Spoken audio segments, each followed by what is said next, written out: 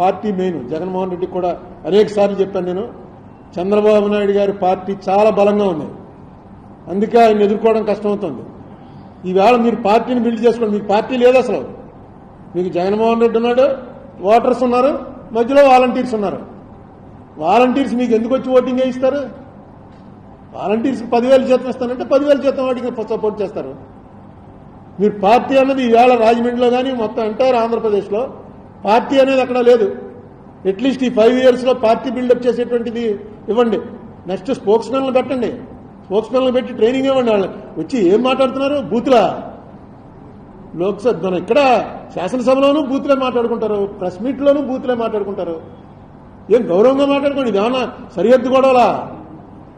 కొంచెం గౌరవంగా మాట్లాడడం, వాళ్ళు దానికి ట్రైనింగ్ ఇవ్వటం, అసలు ఎందుకు ఓడిపోయారన్న దాని మీద ఒక మీటింగ్ పెట్టుకోవటం, ఇవన్నీ చేయండి. ఇదేమి ఎండ్ కాదు ఇది.